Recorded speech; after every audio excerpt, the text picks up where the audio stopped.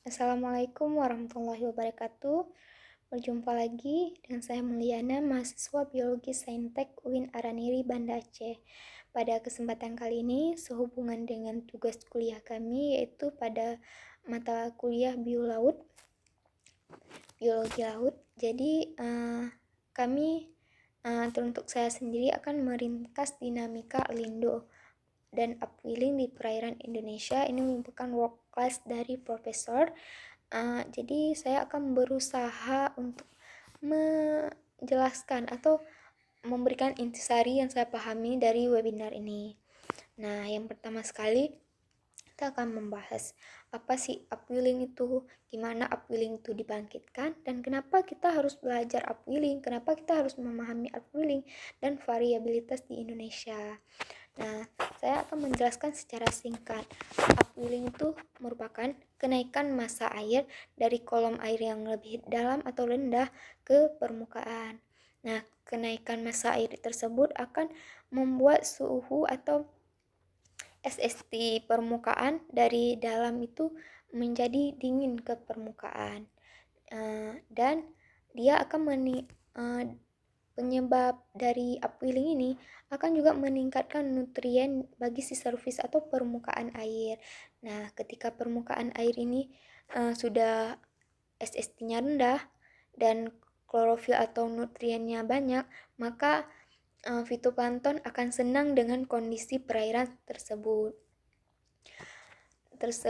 Dan kita akan membahas kenapa sih atau bagaimana sih upwelling itu bisa terjadi atau dibangkitkan. Jadi upwelling itu tidak lepas dari peran angin. Nah, peran angin ini juga dikenal dengan teori Ekman atau transfer Ekman. Gimana sih transfer Ekman itu atau teori Ekman? Pada sederhananya gini, di belahan bumi utara terjadinya angin. Nah, angin di suatu perairan maka akan terjadinya pembelokan dan juga disebabkan oleh efek Coriolis atau rotasi bumi.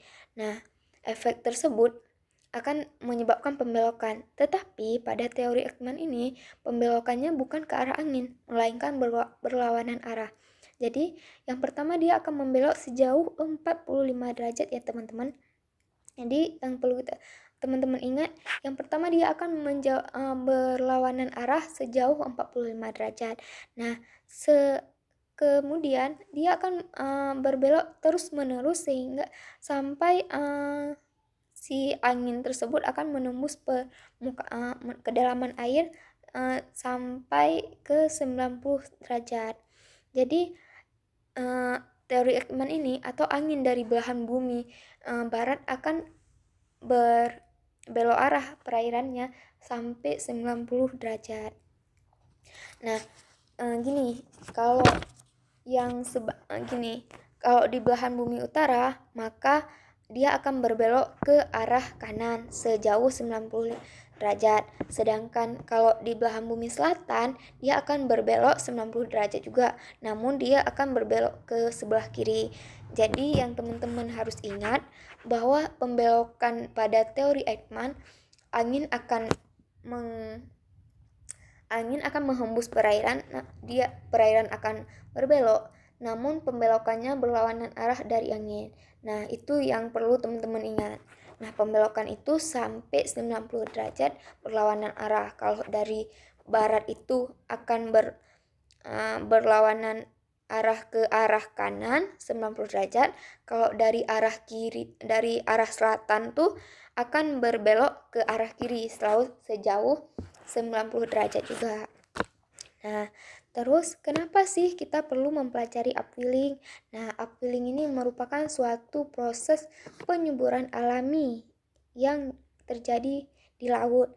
Kenapa? Karena yang pertama sekali upwelling itu memberikan nutrisi atau meningkatkan nutrisi di permukaan atau di surface laut.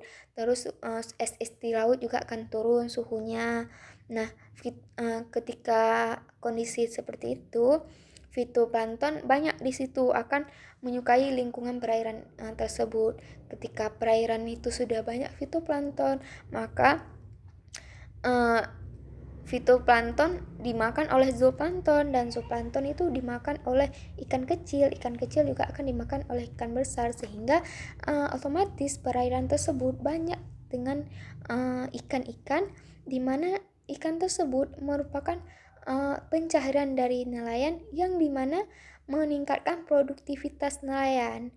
Nah, makanya kita perlu mempelajari upwelling dan bisa memahaminya, sehingga kita bisa berkontribusi terhadap perikanan di Indonesia agar mengetahui bagaimana sih upwelling itu.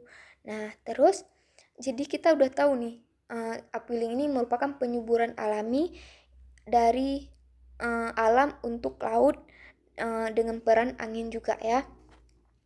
Nah, terus selain penyuburan, upwelling juga berperan untuk tingkat produktivitas nelayan.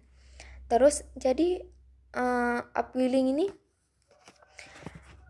ada nggak di Indonesia? Nah, kita akan membahas variabilitasnya.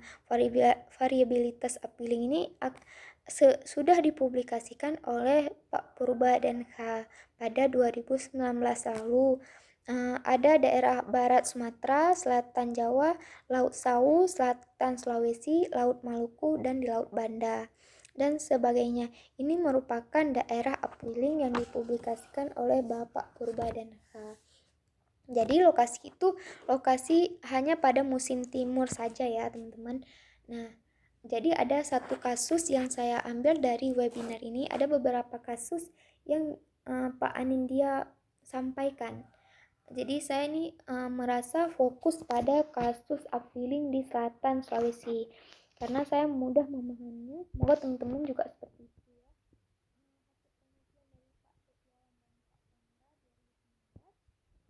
Pada bulan Mei, Juni, Juli, Agustus, September, beliau melakukan penelitian tentang upwelling. Jadi kita fokusnya pada bulan Agustus, karena menariknya di bulan Agustus SST-nya atau suhunya mencapai nilai minimum, dan sedangkan nutrien klorofil yang mencapai nilai maksimum.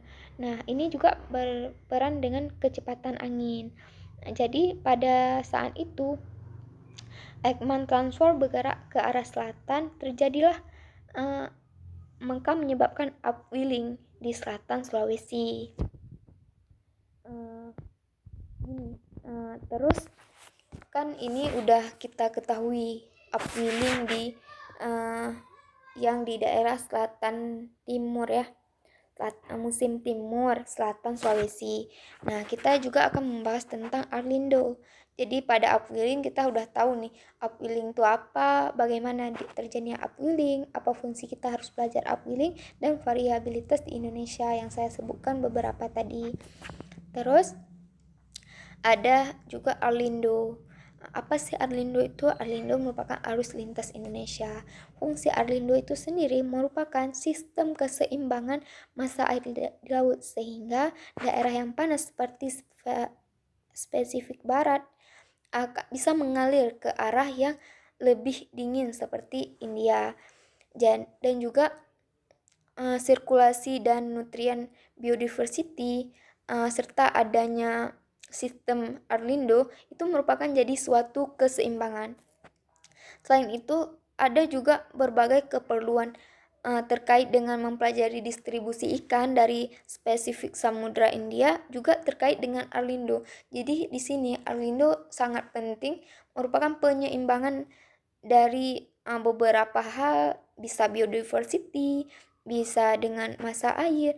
Jadi Arlindo ini merupakan satu peranan yang penting untuk penyeimbangan di perairan di Indonesia. Jadi hanya itu yang dapat saya sampaikan, lebih dan kurang saya mohon maaf.